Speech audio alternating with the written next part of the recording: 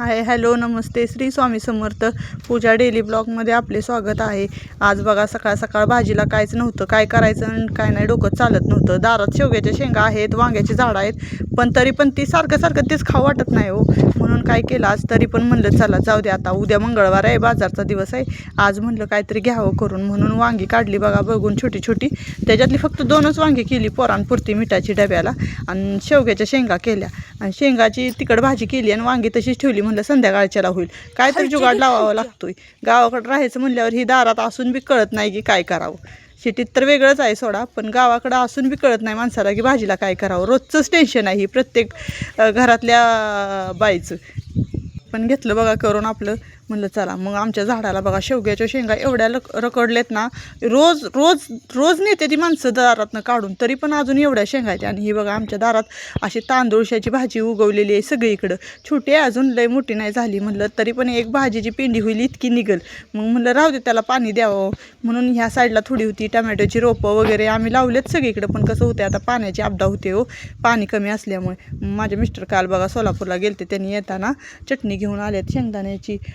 असं शेंगदाण्याची चटणी सोलापूरची प्रसिद्ध असल्यामुळे ती कसं असते, कधी बी ह्यानी गेलं का नाही तिकडूनच चटणी घेऊन येतात। मग ती चटणी बिटणी पोरांना होते खायला कधी तर आपलं, म्हणून उन्हाळ्याच्या दिवसात जेवण वगैरे गेलं नाही म्हणून ती आणतात कधी पण गेल्यावर चुडावर चटणी। पण आता ह्यावेळेस त्यांनी चटणीच आणली। आणि बघा मग फुलं ही आज आमच्यात कसं होतं, उन्हाळ्यामुळे लाईट भरपूर जाते हो। सकाळी 9 वाजल्यापासून लाईट जाते बघा, संध्याकाळी 4 वाजेपर्यंत, परत एक तासच थांबते, परत अजून 5ला जाते ती, रात्री 8लाच येते। त्याच्यामुळे मी म्हणलं काय करायचं बसून बसून, आज लवकरच कामं झालती 10ला, त्याच्यामुळे घेतला बघा गजरा करून। आणि फुलं भरपूर होती, अशी फुलं भरपूर निघतात, मग आपलं बसून काय करायचं। लाईट येण्याच्या टायमिंगला जी लाईट आल्यावर करायची कामं आहेत तीच बाजूला ठेवती, आणि जी लाईटीची नाही आहे ती पटापटा करून घेते। म्हणजे थोडक्यात काय ब्लाऊज कटिंग वगैरे किंवा लसूण सोलणे, गजरा करणे, दळणं करणे, हे असली कामं सगळी लाईट नसल्यावर करून घेते।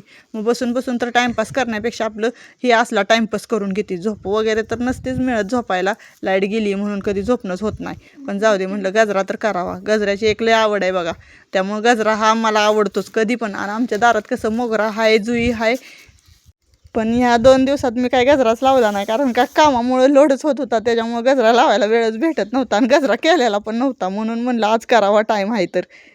आणि बघा हा गजरा विकतचा केवढ्याला असेल ती कमेंटमध्ये सांगा, कारण का माहिती आहे का, आता उन्हाळ्यामध्ये गजरा हा खूप महाग असतो आणि मला विकतच्यासारखा गजरा करायला येतो, त्याच्यामुळं मी आपलं हाय तवर करून लावते।